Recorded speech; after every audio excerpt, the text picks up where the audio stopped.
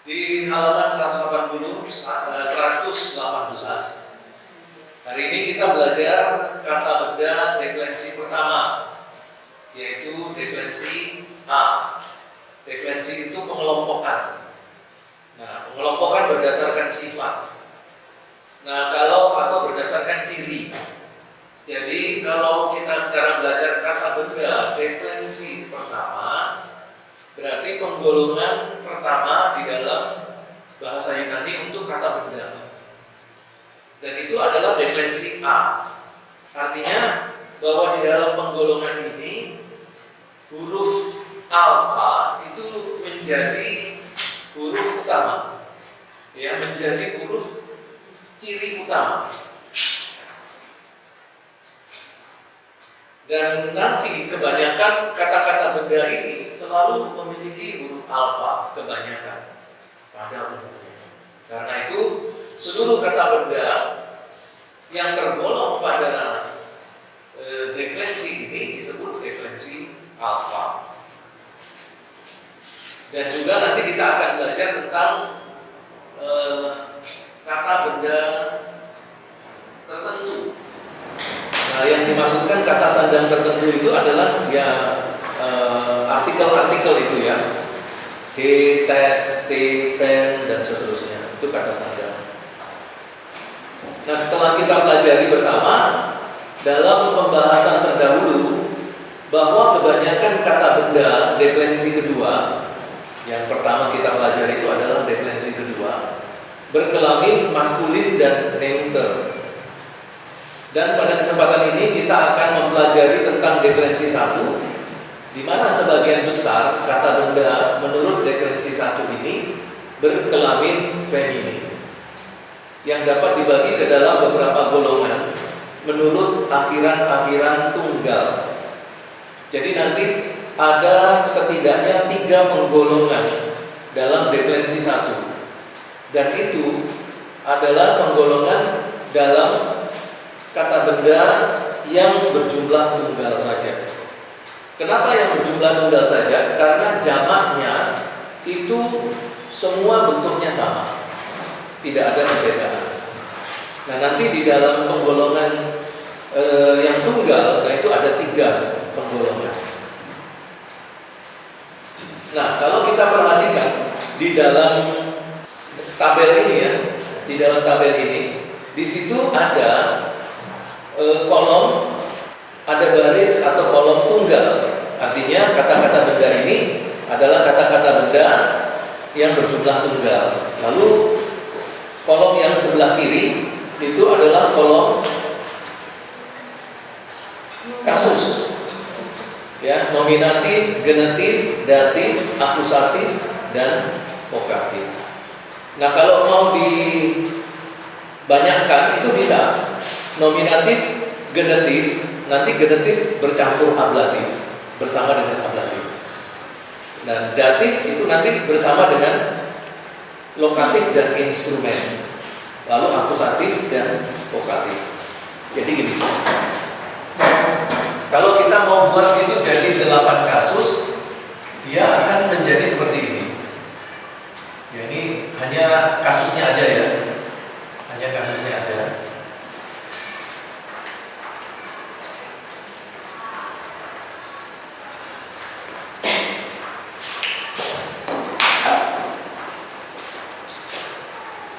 Kasus. Nanti yang pertama nominatif, kemudian yang kedua genetif, ablatif. Kemudian kolom yang lajur atau baris yang ketiga datif,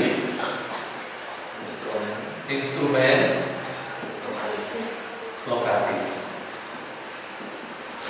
Lalu akusatif dan vokatif. Jadi gitu. Ya, jadi genetif dan ablatif itu bentuknya sama. Ya, bentuknya sama. Semuanya sama. Datif, instrumen, dan vokatif itu juga nanti bentuknya, penulisannya semuanya sama. Titik komanya, aksen-aksennya, kata sandangnya, artikelnya, semuanya sama, nggak ada bedanya. Bedanya nanti pada waktu ditafsirkan, ya, berkaitan dengan fungsi dari kata benda itu. Fungsinya sebagai apa?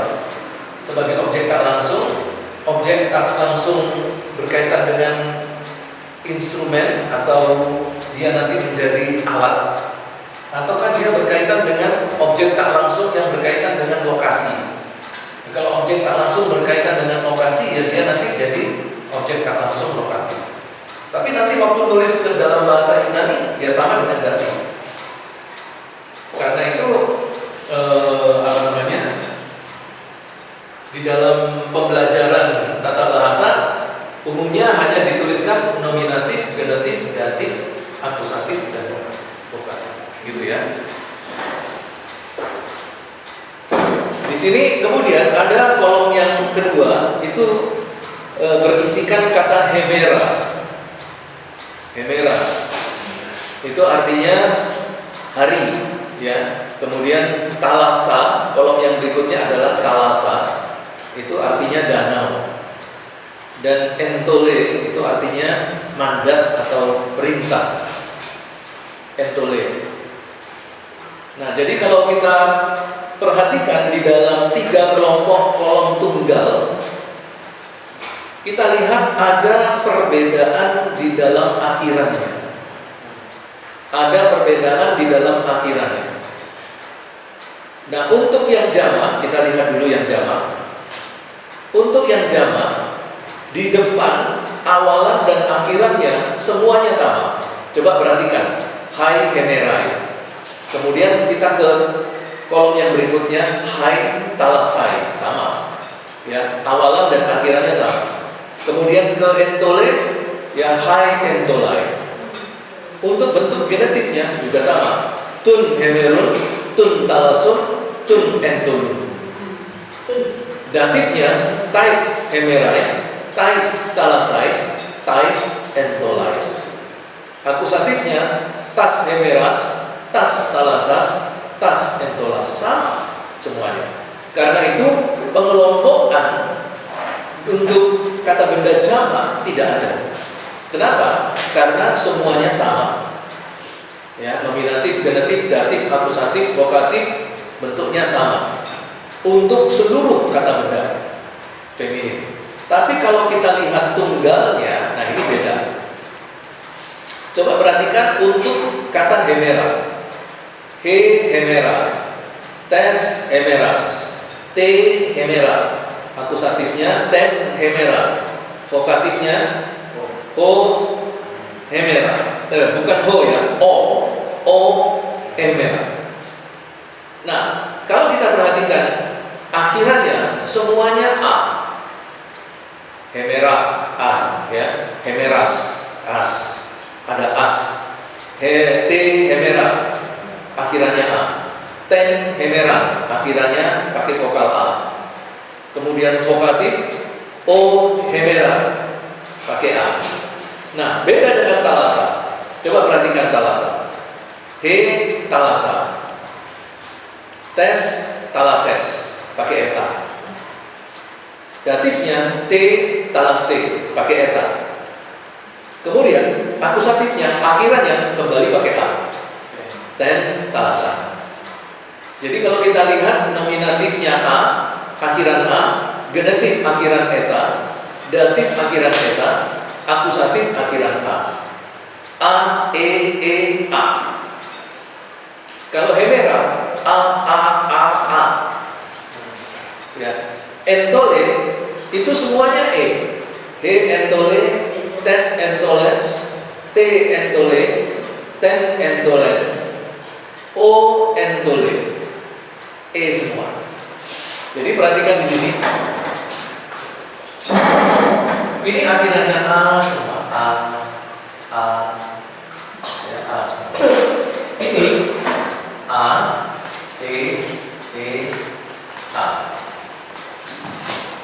Yang ini entole e.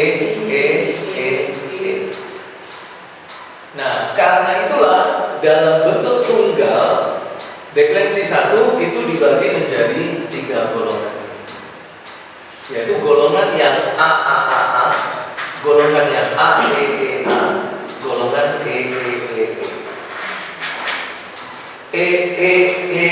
kuwi sapa, kuwi kanca, arep menyang endi, arep sowan Gusti. Tahu lagu itu? Terus lanjutannya? Dereng Gusti apa yang mong dina minggu ora, sembayangmu apa yang mong dina minggu ora, ambekanmu apa yang mong dina minggu ora, dereng Gusti yo saben wektu. Oke, yaitu tadi ya Nah, sekarang tentu kita bertanya, Pak, kapan sebenarnya kita menggunakan bentuk AAAA atau AEEA atau EEE? Nah, di bawah ini ada beberapa aturan yang harus kita perhatikan. Perhatikanlah, akhiran-akhiran tunggal bagi talasa sama dengan akhiran-akhiran bagi hemera dalam kasus nominatif, akusatif, dan vokatif. Ya, untuk nominatif, akusatif, vokatif sama. Tapi untuk kasus genetif dan datif itu beda. Maksudnya itu gini.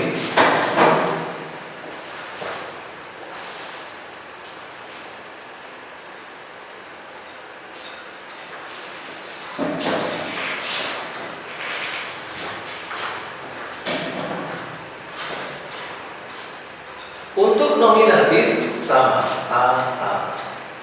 Akusatif akhiran A. Untuk hemera dan talasa. Vokatif akhirannya juga sama A. Genetifnya beda, sini A, sini E. Datifnya di sini A, sini E. Gitu. Jadi kalimat tadi itu maksudnya adalah penjelasan ini. Kemudian dengan melihat paradigma di atas, maka kita dapat menemukan beberapa ciri yang sangat mempengaruhi tingkat kemampuan kita untuk mengidentifikasi kata benda berkelamin feminin. Nah, ciri-ciri tersebut adalah halaman 119.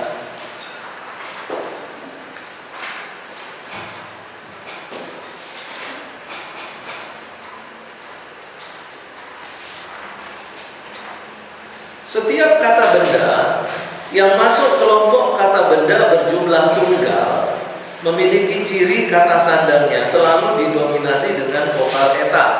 Ya, jadi peraturan yang pertama adalah bahwa kata sandangnya itu bukan lagi pakai O, tapi sudah pakai eta. Kalau kita mengingat bentuk yang deklensi 2,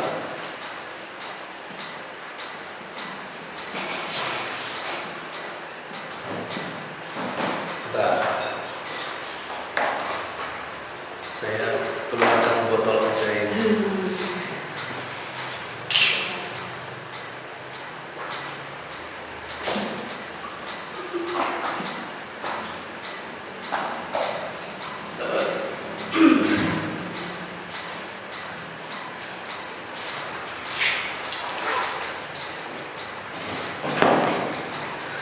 Nah, kalau kita perhatikan ini berkaitan dengan kata sandangnya ya. Bicara tentang kata sandang ini, masih bicara kata sandang dulu. Kalau deklensi 2 itu kata sandangnya untuk nominatif apa? O, ya toh? Kemudian genetifnya tu, ya toh? Datifnya to. Akusatif? Ya. Nah, inilah yang namanya kata sandang. Untuk deklensi 1 semuanya sudah tidak pakai O lagi. Deklensi 1 pakainya apa? Eta. G tes T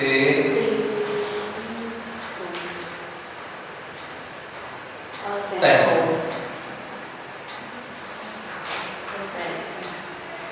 Ini untuk tunggal. Bentuk jamaknya hoi, tun. Ini yang deklensi 2 ya. Toys, tus. Ini. Nah, sedangkan untuk yang deklensi 1 feminin, kata sandang yang bentuk jamak, nominatifnya adalah hai. Hai. Terus tun. Tunnya sama. Ya, tunnya sama. Kemudian datifnya ini genetif ya. Genetif, datif. Datifnya itu jadi tais. Ya, akusatifnya untuk deklensi 1 jadi tais. Haikun tais tas.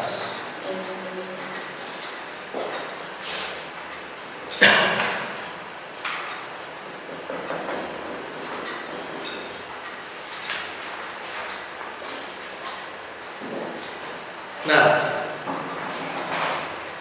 jadi nanti pada waktu dia bentuk jamaknya semua ikuti seperti awalannya, ya, kata sandarnya, akhirannya.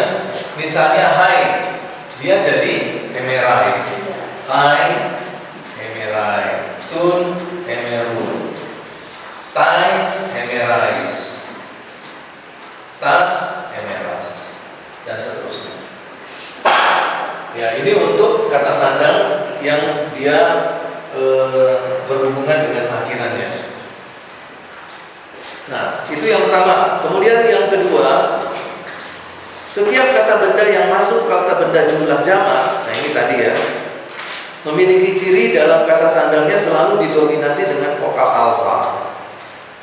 Infleksi bentuk jamak ini disebut deklensi A sebab bunyi yang paling menonjol adalah bunyi A. Seperti tadi ya, ini hai, tun, tais, tas didominasi oleh vokal alfa. Hai, ai, tun, tun, tais, ais, tas, as. Itu untuk jamaknya. Kemudian selanjutnya kita ke bagian paling bawah, halaman 119. 119. Ada 5 macam sistem infleksi. Dan dalam bentuk tunggal, pada kata-kata benda deklensi pertama, bunyi alfa pada akusatif jamak, semua kata benda deklensi itu selalu panjang. Jadi untuk yang pertama ini, A pada akusatif jamak itu panjang. Lalu peraturannya, bila pangkalnya atau kata dasarnya berakhiran dengan e, i atau r pada nominatif tunggal, kata itu akan berakhiran a panjang. Nah, keadaan ini akan dipertahankan terus sampai di vokatif.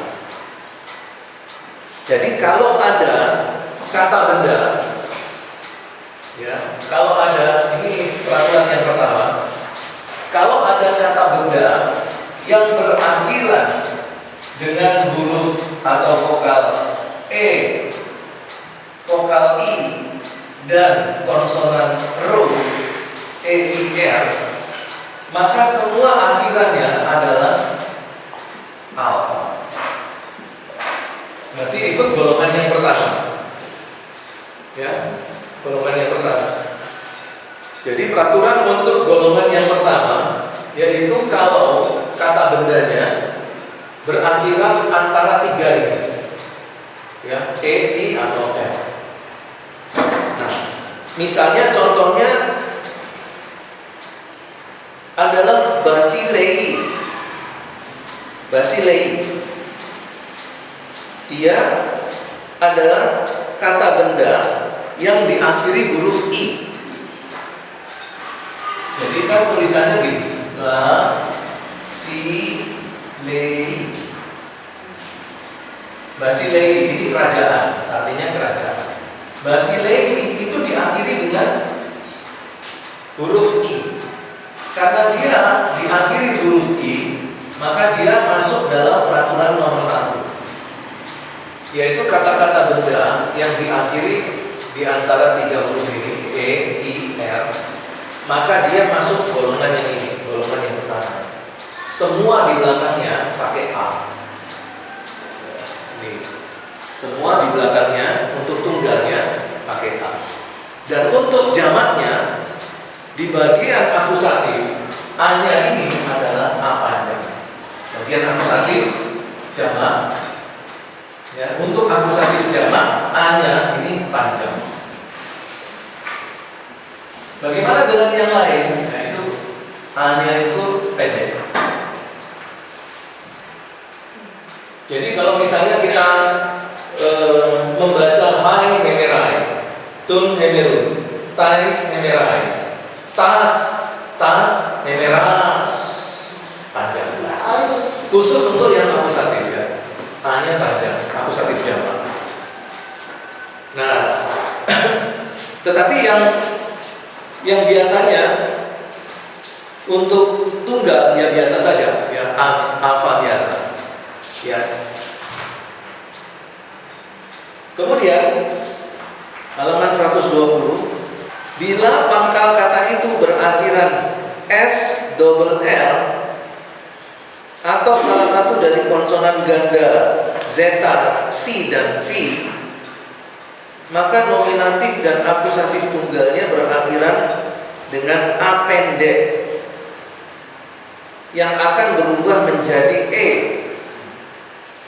pada bentuk ketiga tunggal,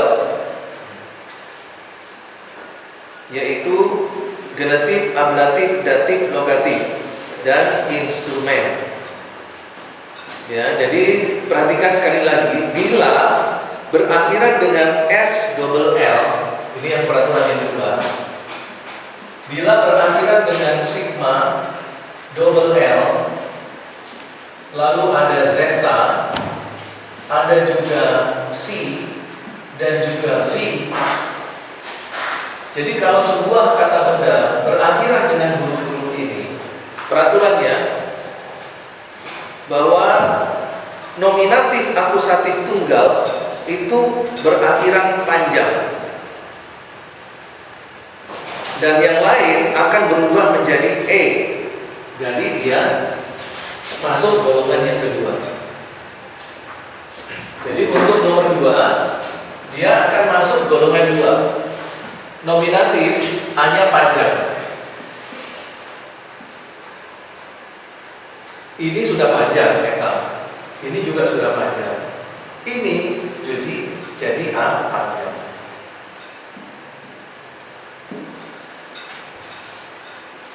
Dan juga nanti kita lihat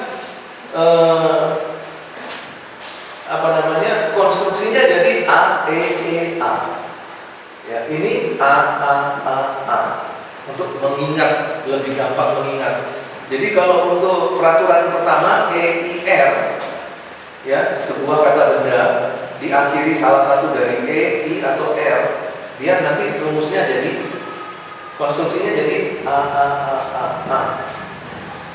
Tapi kalau dia nomor 2, dia diakhiri dengan S atau double L atau zeta, C atau V, dia nanti jadi A E E A. Gitu. Itu untuk nomor 2. Nah, contohnya misalnya di situ disebutkan glosa. Ya, glosa.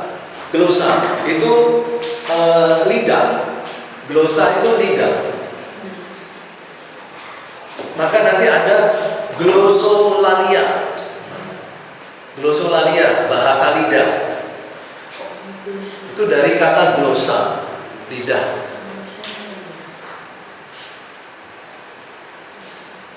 Bentar ya.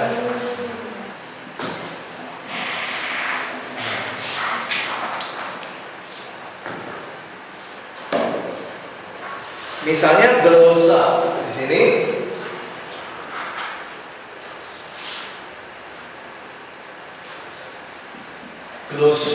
Nah, ini ada S. Karena di sini lidah ini diakhiri dengan huruf S, maka dia masuk aturan yang kedua. Karena di sini ada S. Aturan yang kedua, pakai kelompok 2. Jadi nominatifnya he, glosa. Kemudian T, jadi glos apa?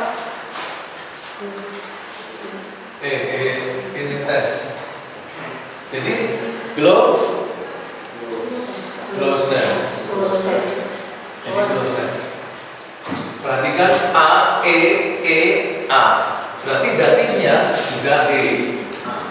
Tes, T, glose.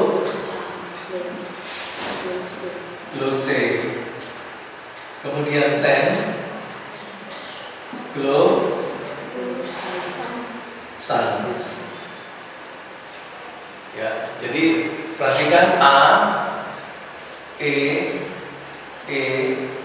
A. Nah, untuk A-nya semuanya jadi panjang. Jadi glosa, glosses, glosse, glosan. Jadi diperpanjang. Jadi alfa dan etanya adalah vokal-vokal panjang semua.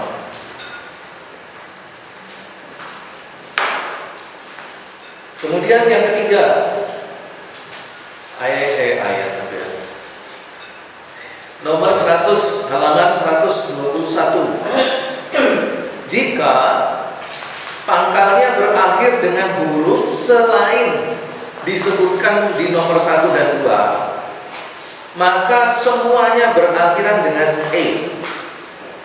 Nah, jadi yang nomor 3, aturan nomor 3, kalau kata benda itu berakhiran semua huruf selain dari nomor 1,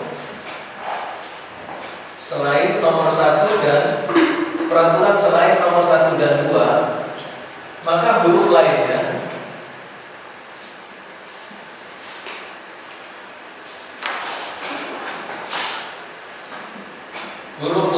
akan mengikuti konstruksi E.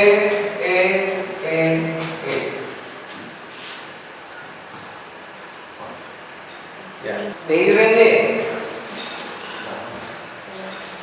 Itu udah nanti dia jadi nama cewek ya. Nama cewek Irene gitu. Irene itu dari Irene.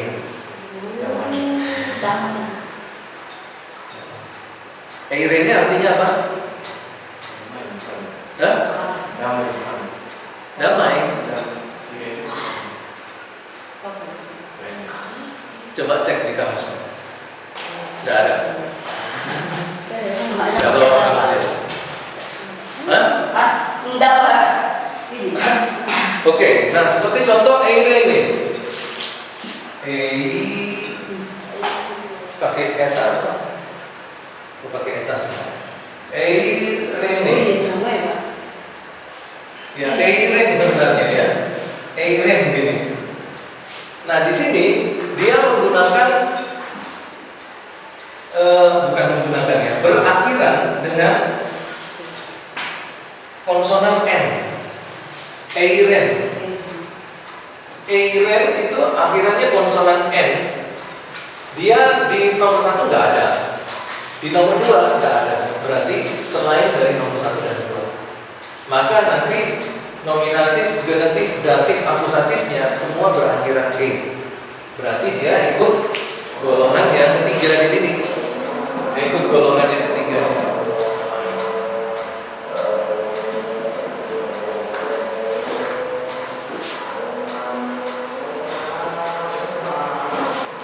Kemudian halaman 122.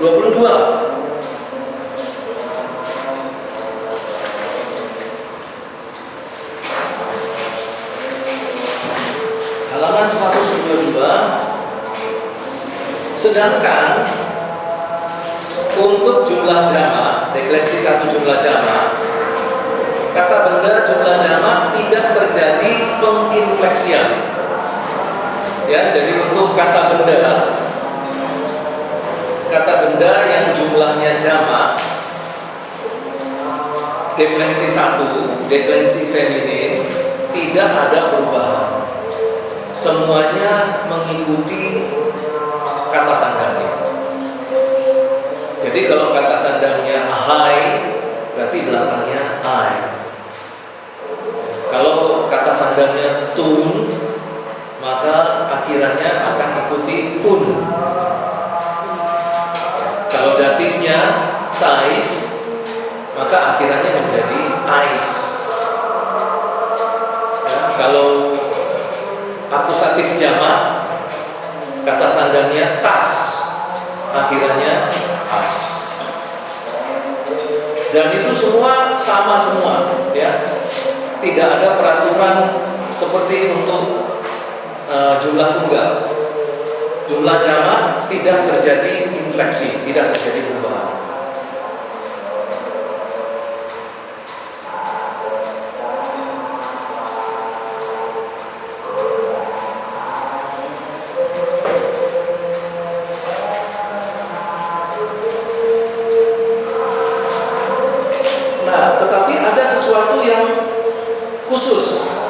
Ada sesuatu yang khusus dalam kata benda feminin ini, yaitu di bagian paling bawah 5B.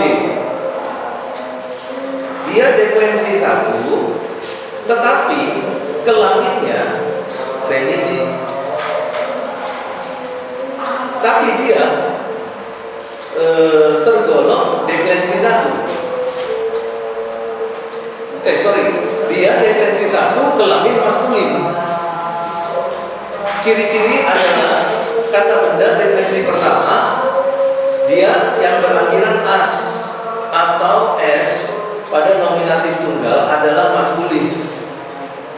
Hal itu dapat terjadi jika suatu kata benda maskulin deklensi pertama pangkalnya berakhiran dengan ei atau r, maka nominatif tunggalnya adalah as. Bila pangkal berakhiran lain, maka akan diikuti dengan e pada nominatifnya.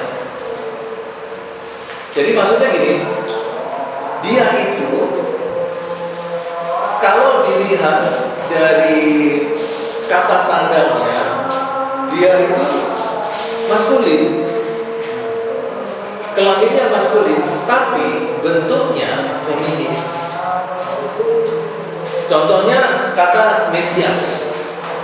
Di situ Mesias.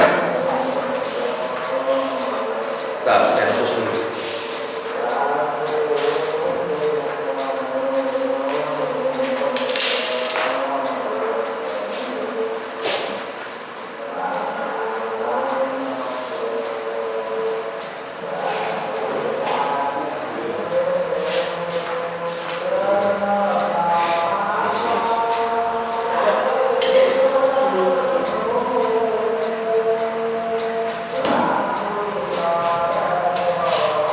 Mesias.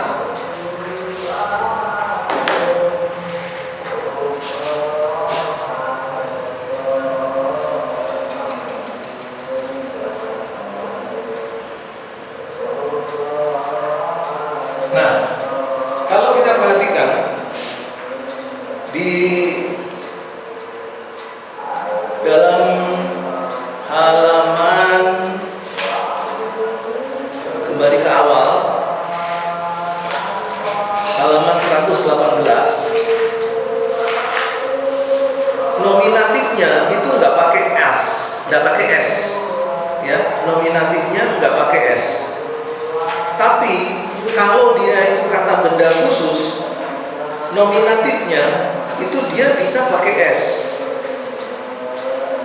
Nah, seperti contoh kata Mesias. Jadi Mesias ini adalah sebenarnya dia kata sandang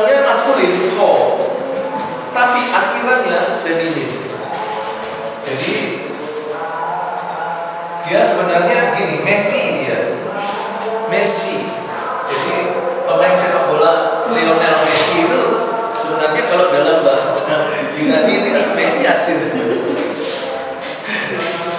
Nah, jadi dia berakhiran I kan? Dia berakhiran I, maka dia harus berakhiran I, berarti a ya. Nominatifnya A, genatifnya A, datifnya juga akusatifnya A. Seperti golongan satu tadi. Tapi karena dia khusus, jadi di sini dia maskulin, tapi di sini dia feminin, akhirannya kata sandangnya maskulin, akhirannya feminin. Nah, dia ditambahkan as. Jadi bukan A. Kalau yang lain-lain kan A. Misalnya Hemera.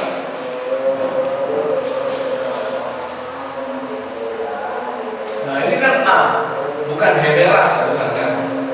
A, Hemera. Untuk nominatif ya, untuk nominatif. Khusus untuk nominatif, dia ada tambahan S-nya. Ini feminin. Nah, ini adalah kata benda khusus. Ya, kata benda khusus.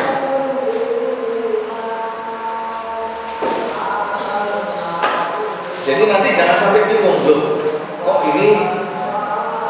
Kok pakai as ya? Kok sama seperti kalau pakai tas dengan apa? Nah, coba kalau kita lihat di akusatif. Di halaman 123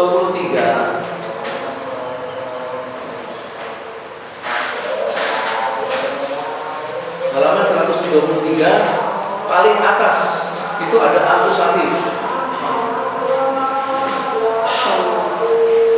Perhatikan akusatif untuk Mesiasnya, ton Mesian,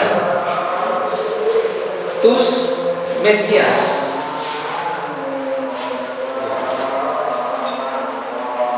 Jadi di sini Mesias itu ada dua, ho Mesias sama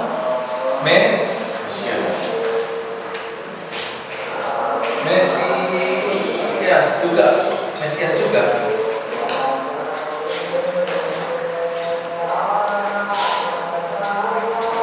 Jadi gini. Ya sama ini ya, Mesias. Cuma di bagian pangkalnya, ya kata sandalnya itu beda.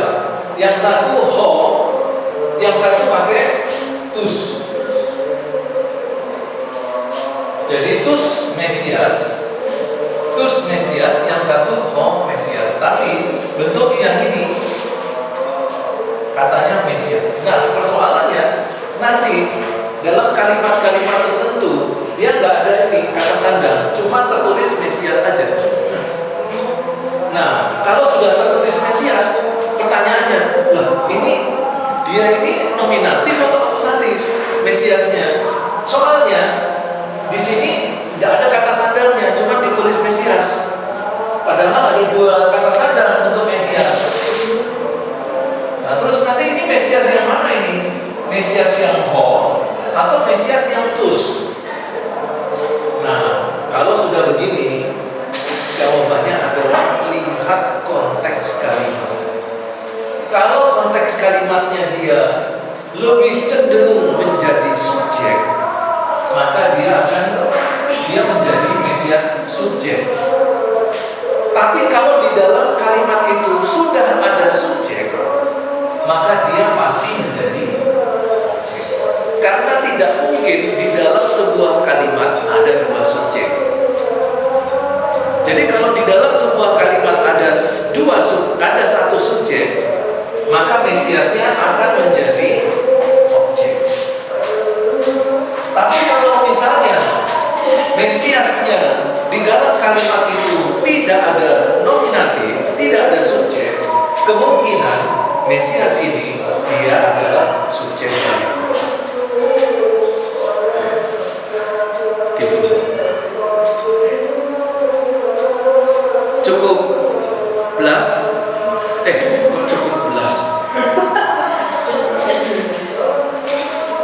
Apa beda jelas sama belas? Jelas itu mengerti, belas Oh gitu. Tadi pertanyaan saya apa sudah cukup jelas ya? Iya. Oh iya.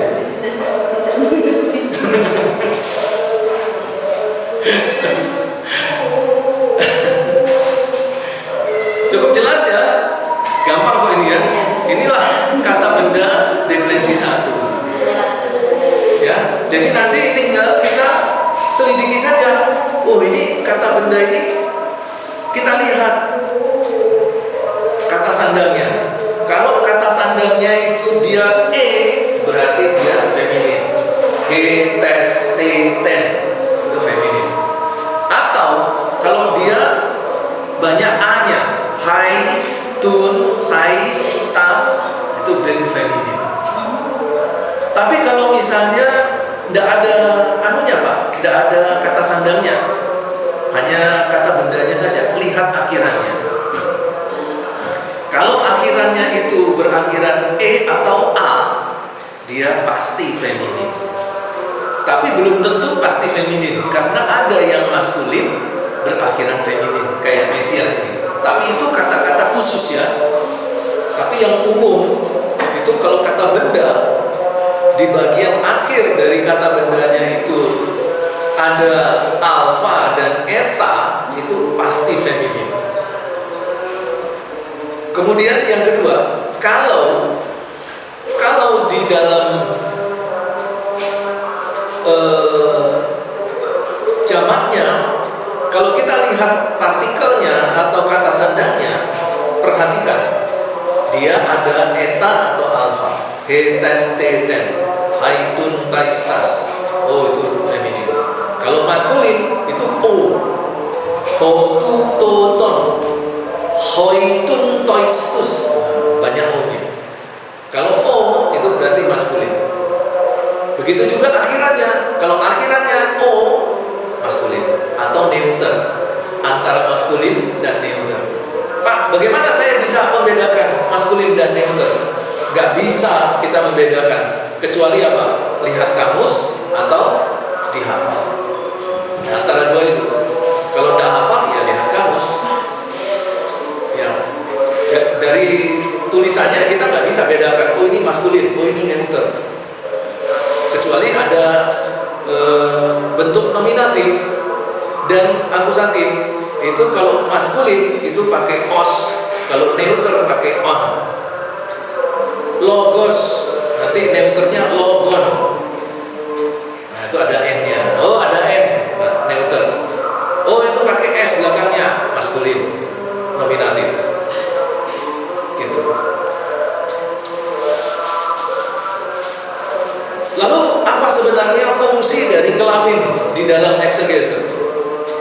Nah, kalau kita melihat dalam konteks tertentu, kalau kita melihat dalam konteks benda-benda tertentu, secara khusus benda mati, tentu bagi kita itu tidak ada efek apa-apa. Misalnya saja, kalau kita bicara soal talasa, danau. Danau itu perempuan. Danau itu perempuan. Hari itu perempuan.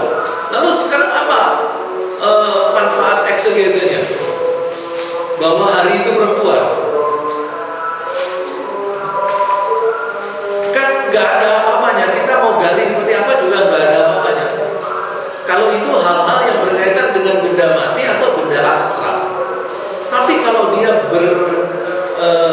berbentuk kata benda yang berwujud makhluk atau entitas, nah itu baru pengaruh. Kalau dia ada maskulin dan feminin.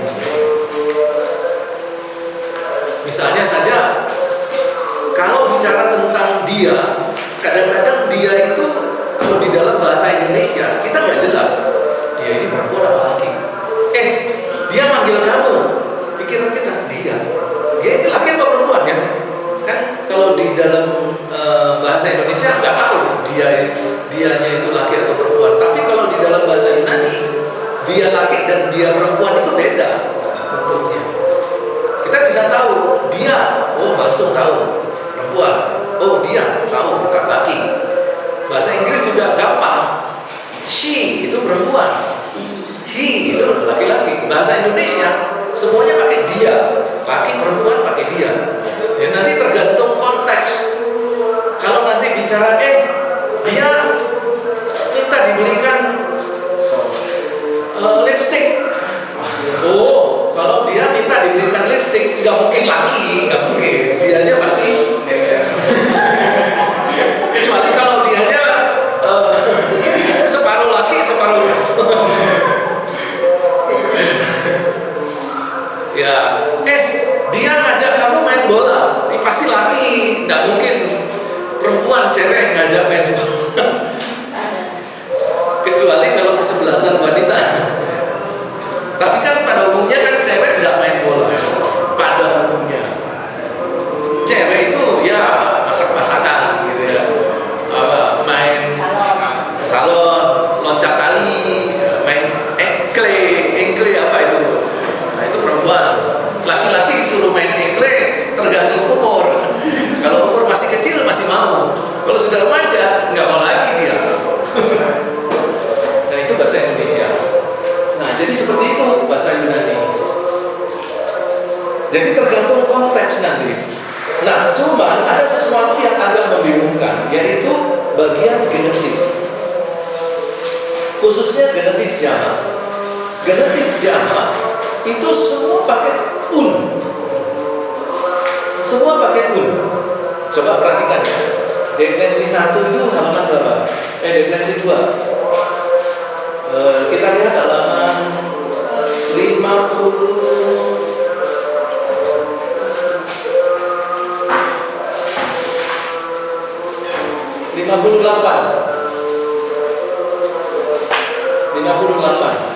Bagian genetif jamak. 58 genetif jamak. Sudah ketemu? Itu kan tun logun. Ya, perhatikan ya. Itu pakai kata sandang tun. Akhirannya tun logun. Nah, sekarang kita kembali ke feminin. Ke feminin jamak. Kita lihat contohnya feminin jamak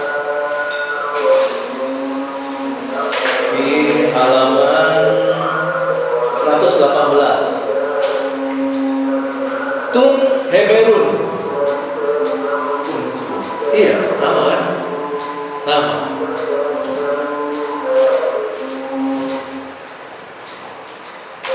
Nah, jadi kalau kita lihat di bagian genetif itu jamaknya sama. Tulisan-tulisannya juga semua sama, nggak ada bedanya, ya. Jadi untuk yang maskulin itu menggunakan tun dengan akhiran un. Begitu juga dengan jamak genetif feminin, dia kata sandangnya un, akhirannya juga un. Nah itu Pak, kalau sudah terjadi seperti itu pas genetif jamak, kapan saya tahu dia itu maskulin atau feminin? Harus dihafal. Kalau gitu. Nah itu nggak bisa lihat konteks, nggak bisa. Kalau kita lihat konteks, nanti kita bisa salah konteks. Tapi yang paling pas adalah menghafal atau lihat kamus.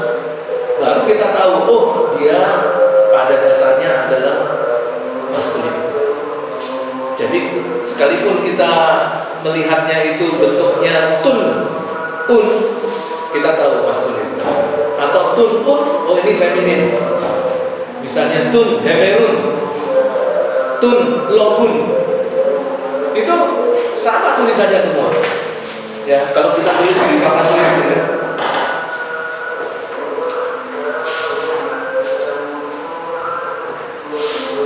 Logun, tun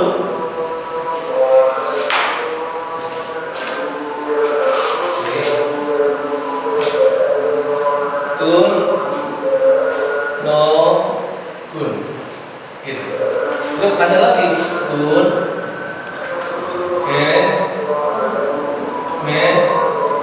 lun. Nah, sama. Tun hemerun, tun logun, ini tulisan sama. Artinya peraturan ini tidak ada yang salah.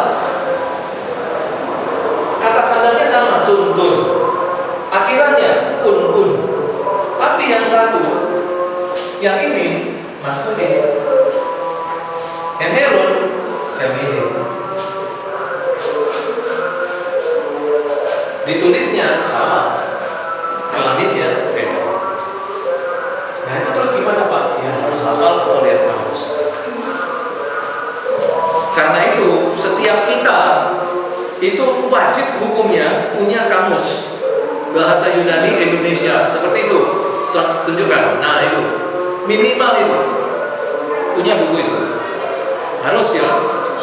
Jangan sampai tidak punya. Kalau tidak punya fotokopi.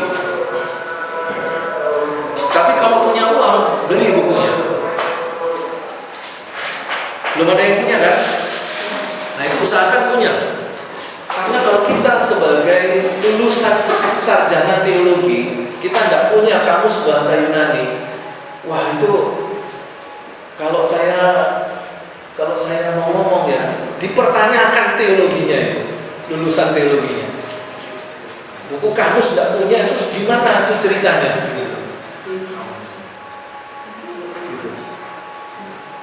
Nah kalau misalnya beli bukunya Hasan Sutanto juga, atau di dalam buku-buku lain ada vocabulary juga boleh.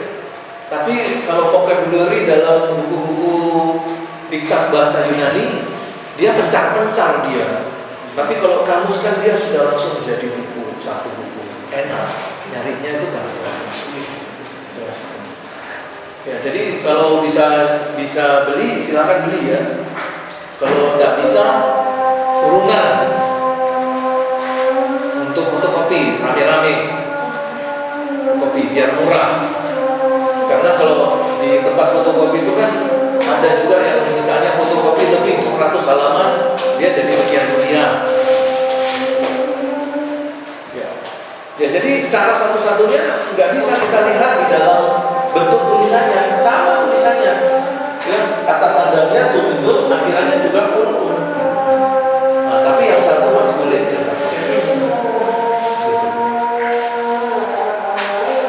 Ya, itu adalah pelajaran tentang kata benda definisi 1. Nah, kembali lagi ke exegese.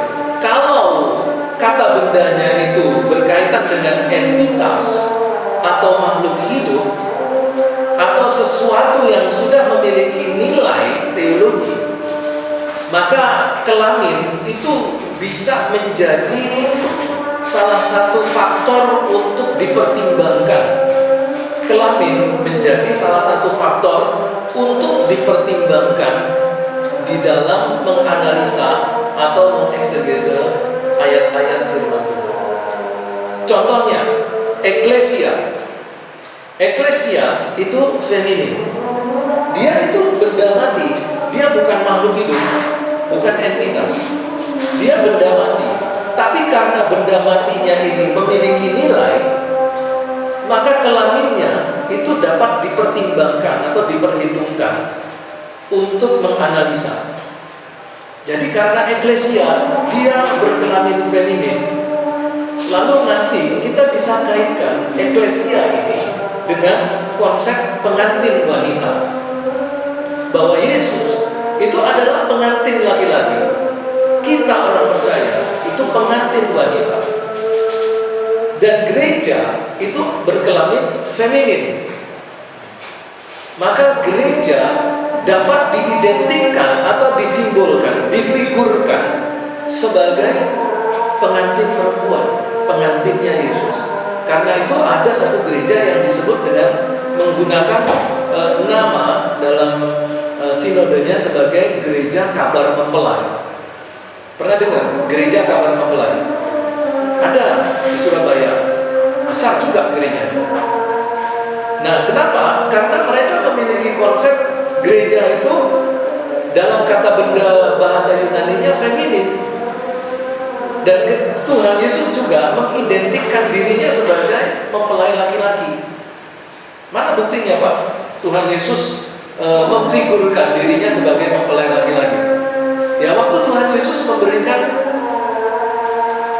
perumpamaan tentang 10 anak darah, 5 anak darah itu yang pandai dengan 5 anak darah yang bodoh. ke-10 anak darah ini memiliki tugas untuk menjemput mempelai laki-laki. Hanya masalahnya ada 5 yang memiliki persediaan minyak, ada 5 anak darah yang lain tidak memiliki persediaan minyak.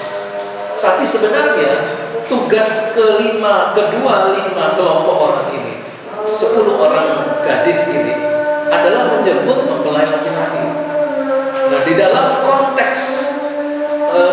konteks kerajaan Allah, perumpamaan itu mengarah kepada kedatangan Tuhan Yesus yang kedua, di mana setiap kita harus siap sedia untuk menanti kedatangan Tuhan Yesus, seperti 10 anak darah ini menanti kedatangan mempelai laki-laki.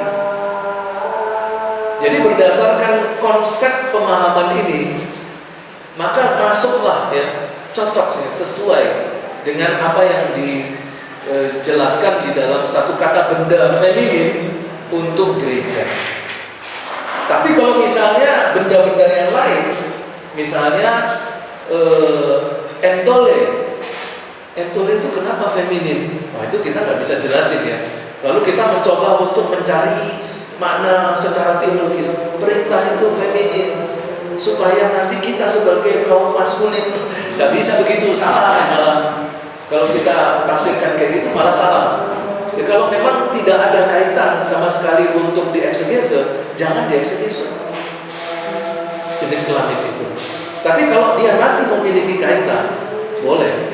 Seperti contohnya tadi gereja.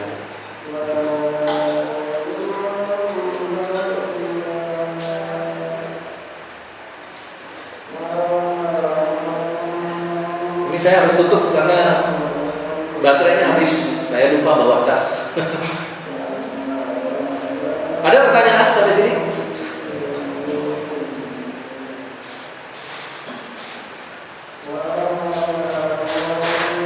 Tidak ada ya?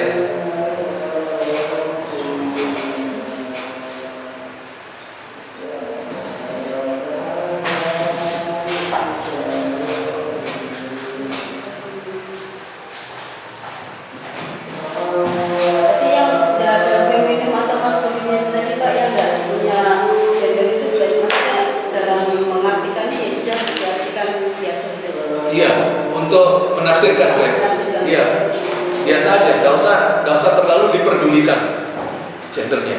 Tapi kalau dia berkaitan dengan makhluk hidup, nah itu pasti dia memiliki pengaruh. Misalnya, Tuhan Yesus menyembuhkan hamba laki-laki, anak hamba laki-laki dari perwira itu.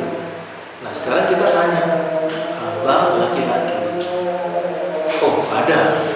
Kita bisa gali, karena budak laki-laki itu beda dengan budak perempuan. Juga harga budak laki-laki lebih mahal daripada budak perempuan. Pekerjaan budak laki-laki beda dengan budak perempuan. Ya. Kebebasan untuk seorang budak laki-laki itu jauh lebih besar daripada budak perempuan. Kalau kita menjadi perempuan dan menjadi budak, bukan menjadi perempuan. Kalau kita perempuan dan menjadi budak pada waktu itu, kita kesulitan untuk bebas. Kita biasanya budak perempuan itu sampai mati ya sudah sama Tuhan. Tapi kalau budak laki-laki, dia bisa punya kemungkinan untuk bebas. Salah satu cara budak laki-laki itu bebas adalah dibeli oleh orang lain dan kemudian dibebaskan. Itu bebas. Yang kedua, dia menjadi gladiator. Seorang budak laki-laki kalau dia sudah menjadi gladiator dan menang dalam pertandingan sampai final, hadiah utamanya adalah dibebaskan dari status budak. Kalau dia menang sebagai seorang gladiator. Atau kalau dia kemudian dia seorang budak lalu dia direkrut menjadi prajurit. Misalnya ada seorang perwira bertamu di seorang yang kaya raya, seorang bangsawan. Di situ bangsawan itu dia punya punya banyak budak, lalu dia lihat ada budak yang badannya kekar, bagus, diambil, jadikan prajuritnya. Nah, pada waktu dia menjadi prajurit, dia secara otomatis sudah menjadi orang bebas. Tapi nanti itu juga tergantung pembicaraan antara bangsawan itu dengan perwira tadi, mau tetap statusnya budak atau bebas. Tapi kebanyakan bebas, langsung bebas. Tapi perempuan nggak bisa. Apalagi status perempuan pada waktu zaman Alkitab itu statusnya sangat rendah sekali, tidak dihitung di masyarakat. Perempuan itu hanya objek yang menderita pada zaman itu. Berbicara di depan umum tidak boleh. Ya, berbicara di depan umum tidak boleh. Dia hanya bisa bicara di mana? Sembunyi-sembunyi di antara kelompok perempuan pada waktu arisan atau pada waktu nyari kutu rambut. Itu bisa. Tapi kalau dia ngomong di depan umum, wah itu dia bisa dihukum dia, karena dia melanggar peraturan adat istiadat. Makanya disebutkan Tuhan Yesus memberi makan 5.000 orang laki-laki. Gak disebutkan perempuan. Walaupun ada sebenarnya perempuan tidak gitu. Nah karena itu ketika kita bicara tentang sebuah kata benda dengan gender feminin, nah itu masih bisa kita coba pikirkan. Ada pengaruh psikologi ya, dari segi psikologi juga itu juga bisa memberikan pengaruh dalam penafsiran kita. Misalnya seorang Deborah dengan seorang Gideon sama-sama hakim. Deborah hakim, Gideon hakim, tapi yang satu perempuan, yang satu laki-laki. Kepemimpinannya, cara pengambilan keputusannya, keberaniannya itu beda. Kenapa? Ya faktor feminin dan maskulin itu. Maka jenis kelamin dalam hal ini turut mengambil peran di dalam eksegese.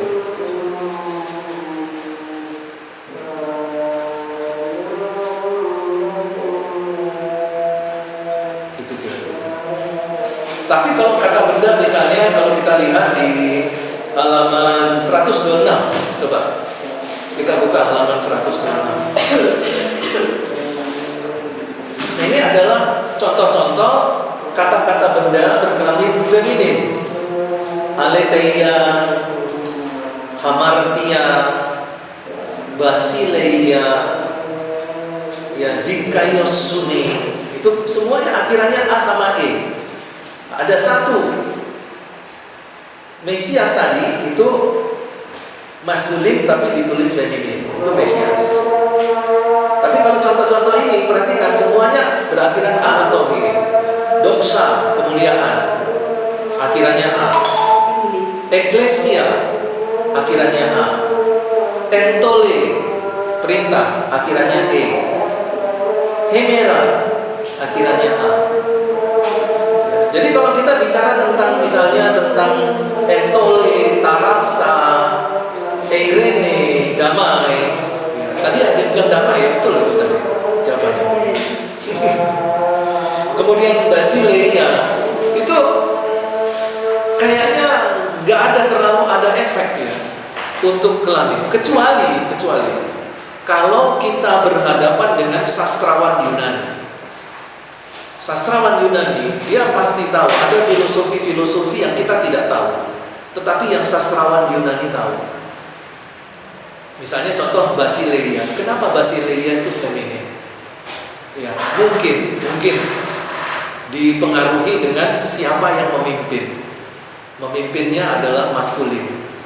Jadi maskulin itu dia akan sempurna dengan feminin. Karena itu kerajaan itu selalu feminin karena dipimpin oleh raja yang maskulin. Nah itu nanti mungkin ada filosofi bahwa wanita itu akan melengkapi pria, wanita itu sebagai satu nilai yang mempercantik dan memperindah. Ya itu nanti nanti urusannya sastrawan dan filosof Yunani.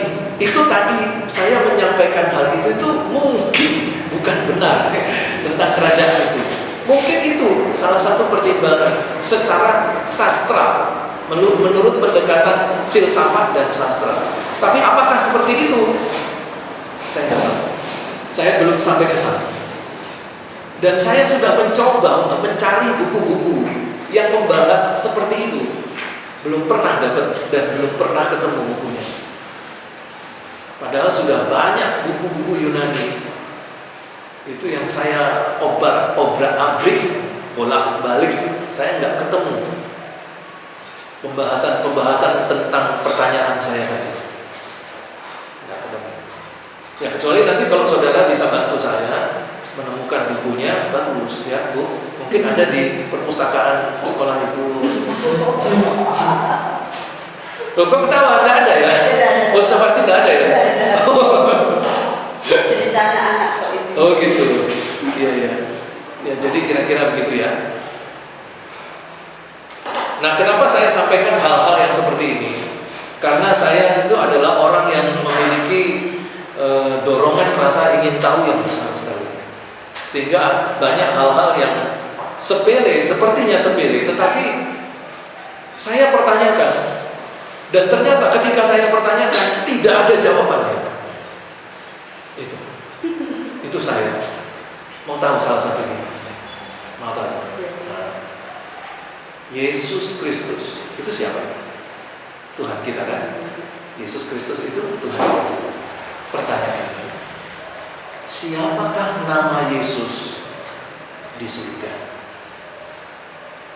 Tahu nama Yesus yang dipakai di surga? Yesus itu kan nama bumi, betul kan? Nama bahasa bumi maksud saya. Ada Yesus Barabas, Yosua itu Yesus, Yehosua itu Yesus. Jadi Yesus itu banyak di bumi ini. Di zaman Yesus pun banyak orang pakai nama Yesus. Yoses itu Yesus, adiknya Yesus, Yoses, Yesus. Ya itu nama bumi. Yosua itu kan dari Yesua, dari Yosua, Yehosua, Yesus.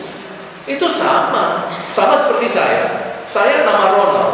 Itu artinya Ronald itu dia punya nama sinonim. Roni, Ronald, Regina, Reynold, Renaldi. Itu Ronald semuanya. Namanya Ronald, Reynold, Regina, Renaldi, Roni. Itu the best of counselor artinya. Jadi Ronald itu artinya the best of counselor namanya. Johannes itu anak-anak halilintar. Jadi kalau Ronald ini memberi nasihat, itu seperti halilintar yang menusuk sampai memisahkan sumsum dan tulang. Itu nama Ronald Johannes. Nama saya Ronald Johannes. Johannes itu anak-anak halilintar, anak-anak buah Arneges. Jadi kalau Ronald, the best of counselor, adalah seorang anak halilintar. Itu kalau menasehati dahsyatnya. Itu nanti yang dinasehati itu nanti bisa rungkat. Ambiar. Mungkin aku terlalu cinta, aku terlalu sayang di sosok kehilangan. Rungkat enteng-entengan,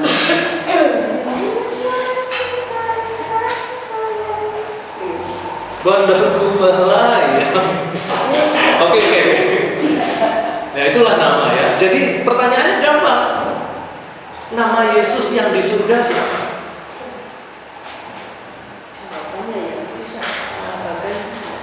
Dan tidak pernah ada yang bertanya sejak adanya agama Kristen, kecuali di zaman sekarang di kelasnya Pak Ronald, pertanyaan itu muncul. Siapakah nama Yesus yang asli di surga?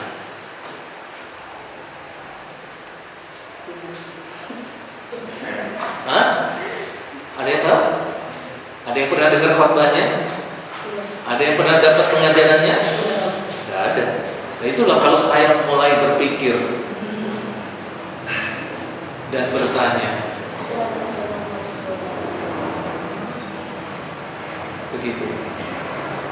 Dan ada banyak pertanyaan dari mahasiswa muncul. Pak, siapa yang ngajarin Lucifer berdosa?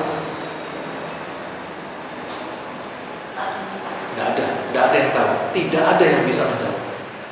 Saya tergelitik untuk mencari jawabannya. Dan saya punya jawabannya sekarang. Siapa yang ngajarin Lucifer berbuat dosa? Di surga sana. Nanti kalau ada waktu saya akan bahas. Dan pembahasan saya itu sangat alkitabiah, sangat sistematis dan sangat biblikis. Gimana? Nah itulah ya, harus belajar untuk. Nah itu seperti yang tadi saya katakan. Kenapa kok sampai begitu mikirnya? Yaitu karena rasa ingin tahu yang menggebu-gebu. Pada waktu saya belajar tentang kata benda dan kelaminnya, apa sih fungsinya, sejarahnya bagaimana ini, cara mengelompokkannya bagaimana, kok bisa itu loh. Misalnya aletheia, kebenaran itu ya ini aletheia perempuan. Kenapa nggak dikasih laki? Kenapa harus perempuan? Nah itu kan tentu pasti ada alasannya kan. Nah itu saya cari bukunya nggak ada. Nah ini nanti saya minta tolong kalau misalnya kalian nanti dalam hari-hari di depan ketemu ada buku yang menjelaskan itu, wah itu saya akan senang sekali. Buku-buku karangan Robertson, Wenham, ya orang-orang hebat itu, Tozer, terus siapa lagi, Kersen, itu orang-orang hebat bahasa Yunani. Saya belum pernah baca bukunya yang membahas ini. Ya kecuali nanti atau saya yang kelewatan, ya nggak tahu juga. Itulah kira-kira tentang kata benda feminin. Ada pertanyaan? Gimana? Apa? Yang tadi Yesus tadi. Kenapa? Oh lagi cari? Itu yang berdasarkan dari Wahyu ya? Yang Wahyu. Wahyu 3:12. Kenapa? Dia mengatakan namaku yang baru. Namaku yang baru. Iya. Ya sebenarnya bukan baru, karena kalau nama yang baru seolah-olah memberikan kesan bahwa Yesus baru saja jadi Tuhan. Enggak, sebenarnya nama yang baru itu bukan dalam pengertian seperti baru beli barang gitu, bukan, baru dapat gitu, bukan, tetapi baru bagi kita. Baru bagi kita, tetapi bagi Yesus itu nama lama, karena dia itu berada sebelum eksistensi. Keberadaan Yesus adalah keberadaan pre-eksistensi. Artinya Yesus ada bersama-sama dengan Bapa di dalam kekekalan, dan dia sudah punya nama. Sudah punya nama. Ada satu yang menjawab, Pak, nama Tuhan Yesus saya tahu Pak. Apa? Bintang Timur, Putra Fajar. Nah ini pernah diselidiki, pernah diperdebatkan antara dua orang hamba Tuhan di YouTube tentang penggunaan nama Bintang Timur dan Putra Fajar. Jadi Yesus disebut Bintang Timur itu dalam 1 Petrus. Ada lagi satu bintang timur di dalam Yesaya pasal 14. Yesaya 14 menyebutkan bintang timur itu adalah Lucifer.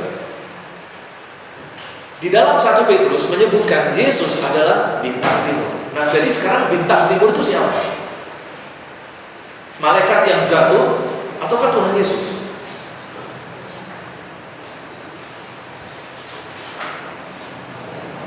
Nah, nanti coba ditanyakan dalam mata kuliah satanologi, ada mata kuliah okultisme ada?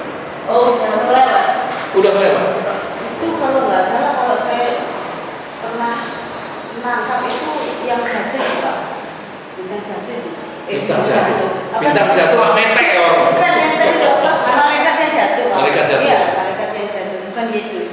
Jadi bintang timur, putra fajar itu justru yang malaikat yang memberontak itu. Iya, itu sebagian besar menyebutkan seperti itu. Tetapi ada beberapa penafsir, termasuk Yohanes Calvin, menyebutkan bahwa Yesus itu adalah bintang timur. Nah, berdasarkan itu, ada seorang pendeta yang namanya Ezra Soru. Pernah dengar Ezra Soru? Dia menyebutkan dalam salah satu perdebatannya tentang bintang timur, Ezra Soru bilang begini, yang paling cocok disebut Lucifer adalah Yesus. Karena Lucifer itu terjemahan bintang timur dalam bahasa Latin. Jadi kalau bintang timur di bahasa Latinkan itu jadi Lucifer. Lucy dan Vere, putra fajar. Jadi Ezra Soru bilang, yang cocok disebut sebagai Lucifer itu bukan iblis yang jatuh, tapi Yesus. Ayo, ada yang bilang begitu. Bukan saya loh ya, bukan saya. Tapi saya punya jawaban tersendiri yang beda dengan Ezra Soru dan beda juga dengan pendeta yang lain tentang bintang timur. Oke, kalau tidak ada lagi yang mau ditanyakan, kita akan akhiri pertemuan kita dengan doa. Dan seperti itulah tadi ya, kita sudah menyelesaikan pelajaran tentang feminin, dan minggu depan kita akan membahas tentang kata sifat.